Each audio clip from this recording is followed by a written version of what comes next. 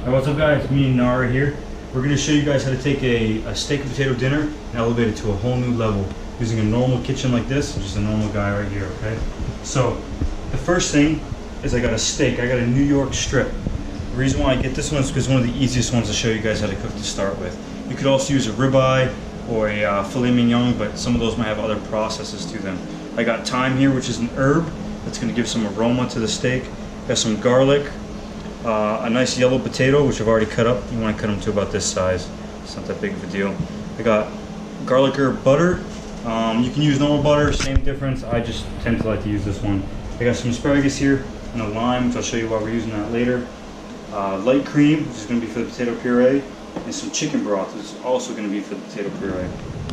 Alright, so first things first, you want to take your steak out of the fridge for about 20 to 30 minutes before you cook. The reason why we do this is because if you take it immediately out of the fridge and put it right on the oven, it's going to be cold in the middle. If it's cold in the middle, it won't cook evenly, maybe it'll just taste like shit. So you want to take it out 20 to 30 minutes beforehand, and then you want to actually dry the outside of the steak like I'm doing right here. The reason I do this is because we want it to be crusty. The outside wants to be dry, so as soon as you throw it on the pan, the hot pan, it makes a crust, alright? And then what you're going to do, heat your oven to about 375 and boil some chicken broth and water together, okay? That's what's going to elevate these potatoes to a whole new level when you make that puree, because you mix it with the chicken broth instead of just water and boiling the potatoes, okay? And then we're going to take our asparagus, take some extra right here. Alright, you're just going to lay out in a cooking pan. We're going to put this in the oven. We're going to roast our asparagus. You're going to drench it in some olive oil. Layer it out right there.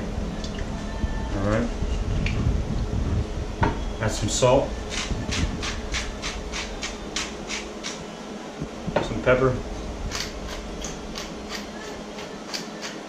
And that's it. Sometimes you can use Parmesan if you want to, but it's very simple right here.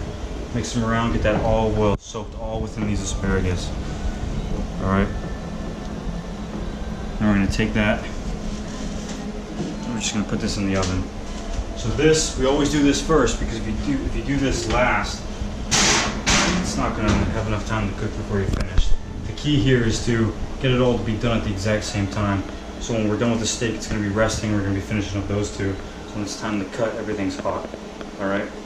Next thing you're going to want to do is I got the water boiling here for my potatoes. Throw these potatoes in there. Remember, this is a chicken broth and water mix. Alright, throw that back on for a boil.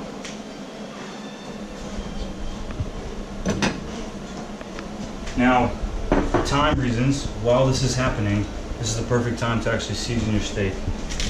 And cut up your garlic for what we're going to use the garlic for. And you can be generous with the salt. The reason why is because most of that salt is going to fall off anyways when we're cooking. So be generous with the salt. Throw some pepper on there. Press it in. A lot of people will tell you to cook with love, but with steak you actually want to cook with lust, because that's the flavor it's going to give you in your mouth. It's not going to give you the love flavor, it's going to explode with lust.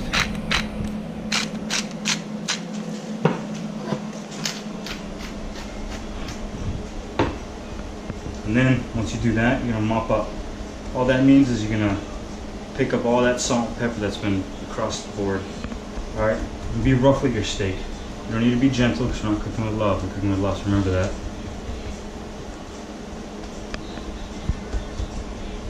And then from here,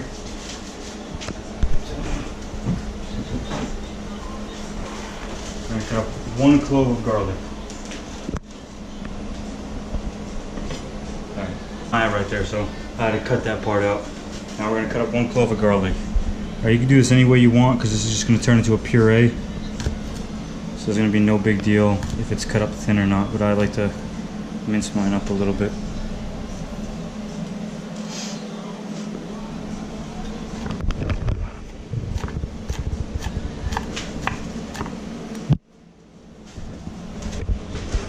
Now let's cut off the nail. Alright, we'll leave this to the side. Now we're going to wait a little bit. Alright, now we're ready for the steak. We're ready to put the steak on. The potatoes have been boiling for about 5 minutes now. The asparagus has been there about 10 minutes now, okay? So with this steak, there's a couple keys here. All right, you can use olive oil when you cook a steak, but you have to keep re-adding it because olive oil burns real quick. If you want, however you want to say that. But I use grapeseed oil. This has the highest burn rate temperature. I need to show the brand. I'm just selling off, right? That's so yeah, use grapeseed oil because it's the highest burn rate temperature. So you want to wait for the pan. I'm using a cast iron pan to smoke like this. I don't know if you can see that in the video, but I'm gonna add some oil to that. Okay.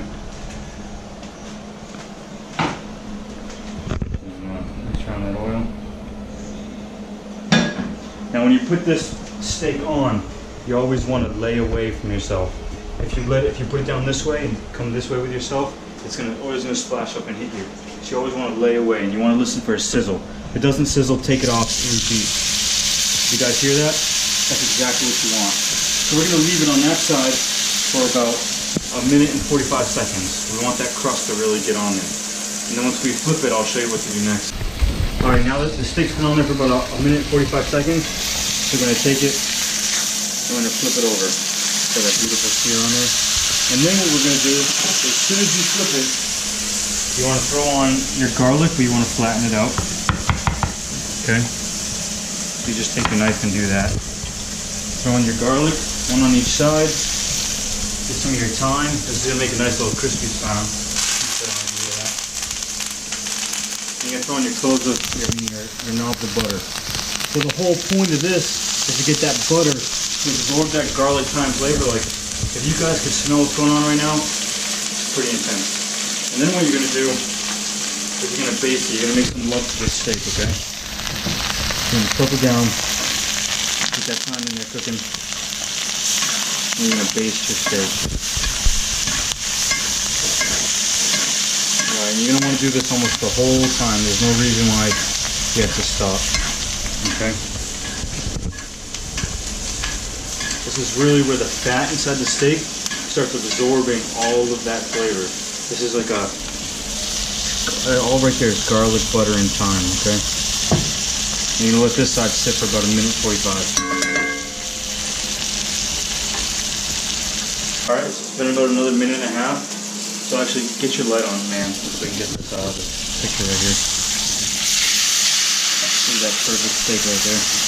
Alright, and every time you flip it, guys, the next time after the first time, you're going to actually want to do it for about 45 seconds each, because you always want to baste after every flip. Alright, that continues cooking it while it's letting that flavor seep in. Alright.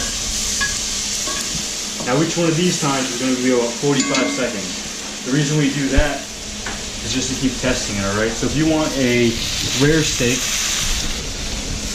pretend you're pressing right here. So that's rare. So if I were to press this right now, it feels just like if I'm pressing there. If you want medium rare, right here. If you want medium here, well done and whatnot, you shouldn't even test those out. That's stupid. So that's how you see where it's going. So you want to keep flipping every 45 seconds so you get each layer like cooking as it's going down to the middle part, okay? And that's why we do 45 seconds from here. Alright, I'm about to flip it again for the last time. Now when you guys do this last flip, okay? Take your tongs, you see this garlic right here? Like soak it in, and then squeeze it out on the steak to get that garlic flavor. Many people do this. Now we're going to let this sit there for about 45 seconds more, then we're going to render the fat down. I'll show you that in a minute. So now we're ready to render down the fat. So what that is, I'll show you guys. Oh, that almost got me in the face. So on a steak, on the newer strip, it has a layer of fat right here, okay? No one really wants to eat that. It has a ton of flavor, but it's hard right now. So what we want to do is we want to render it down. Put it on the edge of the pan, tilt your pan, and still start cooking it like this.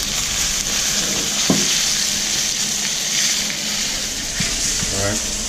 This is the last process that we always do. I had to take off my glasses because poking all that smoke was getting in the eyes. Normally I'd have this fan running right now, but you guys wouldn't be able to hear me cooking if I did that. Alright, now that the fat's rendered down, we shut off the oven.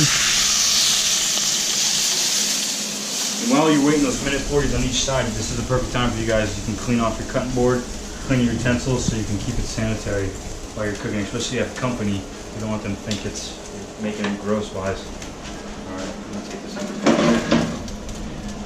Now, when you're finished with your steak, you always have to let it rest. I'm sure most of you guys already know this, but if you, let's say, cooked it for about 10 minutes like we did, actually more like 6 minutes, you want to let it rest for about 3 to 5 minutes or the same amount of time. The reason why you do this is because right now all the juice is right in the middle of the steak. It's like escaped into the middle of the steak. So you let it rest, let it kind of seep back into all the muscle fibers within that steak. Alright. And what we can do right here while we're waiting, the potatoes are probably almost done, asparagus is almost done, is this is the real trick right here, okay? I put a zest of lime on top of my steak because the steak is so rich in flavor that this gets a little bit of freshness, alright? This is what most people don't do. You gotta get that little bit of freshness to it. It's almost the reason why people, like on street tacos, you squirt that lime on there, you put that cilantro, because the sauce on a street taco and the beef is so salty and delicious that you have to counteract it. So what I do is I put the zest of lime on this steak. Alright. Now, potatoes are probably done. Just gonna take this off. I'm gonna drain it over here at the sink.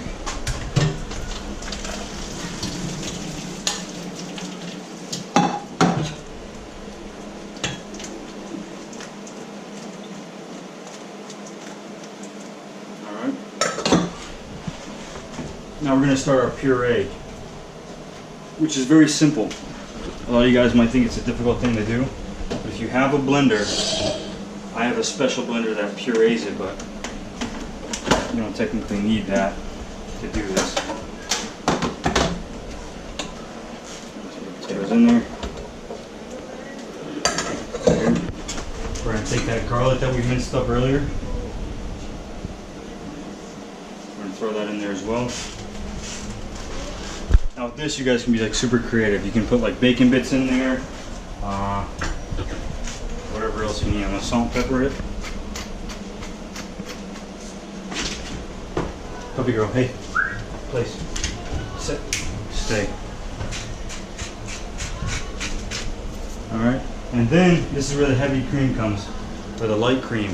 You're gonna put this in there. The reason we do this is because we're trying to make the potatoes go from mashed almost to like a sauce. And that's going to also counteract the richness of this steak. It's like a potato sauce. It tastes just like potatoes. It's like a sauce. It's fucking fantastic. Alright. Then we're going to blend it. Alright, so the potatoes just finished blended. And the potatoes just finished blending. So I'm going to take out my asparagus. Alright, and this is where we start our plating process, alright? The steak right here has been sitting for about 5 minutes, which is perfect. The asparagus is done exactly the same time, and the potatoes are done the exact same time, alright? So first things first, I'm going to take the potato puree. I'm going to scoop that onto the plate. Now plating is really not much of a thing, but if you guys are having like a special someone over like I do over there in Nara, she gets to eat this tonight, then plating can be kind of fun, alright? So for the puree, basically just putting it down, 2 scoops on there, and then put a little movement in it, okay? Then we're going to take the asparagus,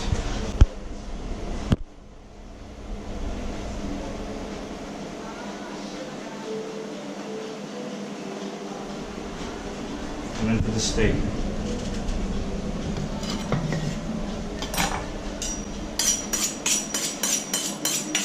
When you cut the steak, you want to do it at about a 45-degree angle so it presents itself on the plate, alright?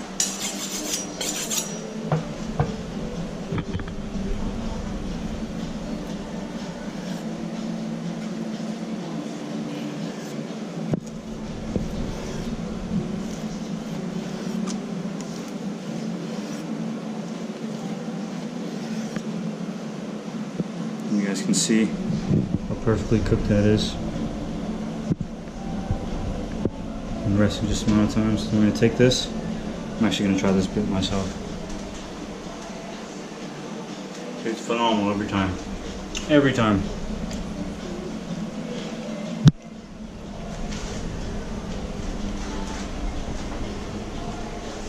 I'm going to put this down, put it on top of the puree, and bam. Here's your plate right there. ready, pup? You excited? Let's see what the puppy thinks of it, guys. All right, get down, girl. Get down. Sit. All right, paw. Good girl. Go ahead. Go ahead. She just wants to taste it. She's going for that puree. See? I'm telling you guys, that puree is gold. She just went straight for that. Even better than the steak. And she even went for the vegetables first too, because I taught her, right? But all right, let's see what the cameraman thinks. Let me give him a cut. There you go. That's fantastic. Unbelievable, huh? Unbelievable. All right. Well, that's it for this video. I'll try to make some more for you guys since you keep asking how I make stuff. And that's it.